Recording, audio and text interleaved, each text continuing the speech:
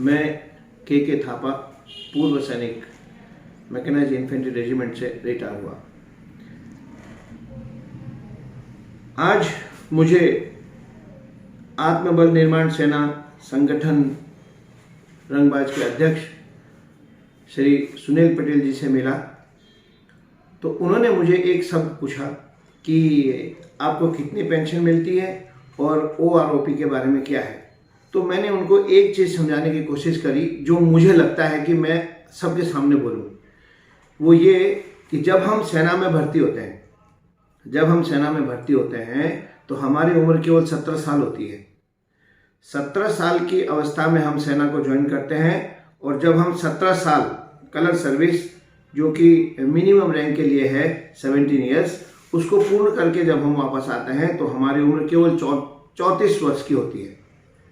जब 34 वर्ष की उम्र में अब इस युग में तो कुछ लोग तो शादी ही करते हैं, कुछ लोग 30 में शादी करते हैं। चलो मान लिया हमने 27 साल में शादी भी कर ली, तब भी जब हम 34 साल में रिटायर होते हैं तो हमारे बच्चे, कोई तो नर्सरी में पढ़ रहे होते हैं, कोई अभी दौड़ रहा होता है। ऐसे स्थिति में जब हमें पैसे की जरूरत होती है, जब हमें नौकरी की जरूरत होती है, सेना हमें बोलती है आपने 17 साल पूरा कर लिया है, आप घर जाइए।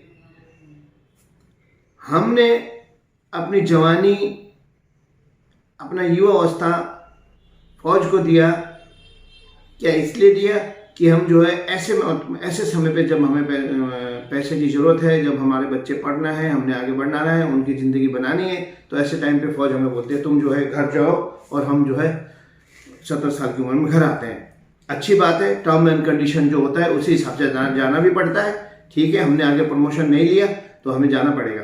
लेकिन मेरा एक मानना है, मेरा इस मोदी गवर्नमेंट से या कहिए जो भी सरकार है उससे मैं ये चाहता हूँ कि पूर्व सैनिकों को पहले की भांति, जो पहले जो पूर्व सैनिक रिटायर आते थे उन्हें बैंकों में हुआ, कई ऐसे केंद्र संस्थाएं हैं जहाँ पर पूर्व सैनिकों की वैकेंसीज अलॉट होती थी और वो वैकेंसीज में लग जाते थे। लेकिन अब प्राइवेटाइजेशन के चलते हुए सपोज करो हम किसी बैंक में अगर नौकरी करने जाते हैं तो वो प्राइवेट फर्म है, वो अगर बैंक से 40,000 रुपये लेती है एक गार्ड का, तो हमें मुश्किल से वो 20 to 25,000 रुपये देती है। मैं ये चाहता हूँ, ऐसा क्यों? हम डायरेक्ट क्यों बैंकों में नहीं जा सकते? डायरेक्ट क्यों नहीं जा सकते? प्राइवेटाइजेशन ये किसके लिए रखा है? मेरा यही निवेदन है कि ये प्राइवेटाइजेशन बंद किया जाए और फौजियों को जो है डायरेक्ट किसी भी संस्था में, चाहे बैंकों में हो या जो भी संस्था है जिसमें जाए, वो डायरेक्ट उसमें इनरोल हो, पूर्व की भांति जैसे पहले हुआ करता था, प्राइवेटाइजेशन में नहीं था। तो इसी हिसाब से जो है हम अपने लाइफ को सिक्योर कर सकें और मिनिमम वेजेस जो है, जो तनख्वाह जो इतना हल्ला हो रहा है, ORP ये वो, तो इन सब को कम से कम एक सोल्जर को जो रिटायर होता है, मिनिमम वेजेस 30 to 40,000 रुपये का उनको पेंशन दिया जाए, ताकि अगर वो नौकरी नहीं भी कर रहा है तो अपने बच्चों का देखभाल कर सके। ये ही मेरा पॉइंट है अध्यक्ष जी के सामने।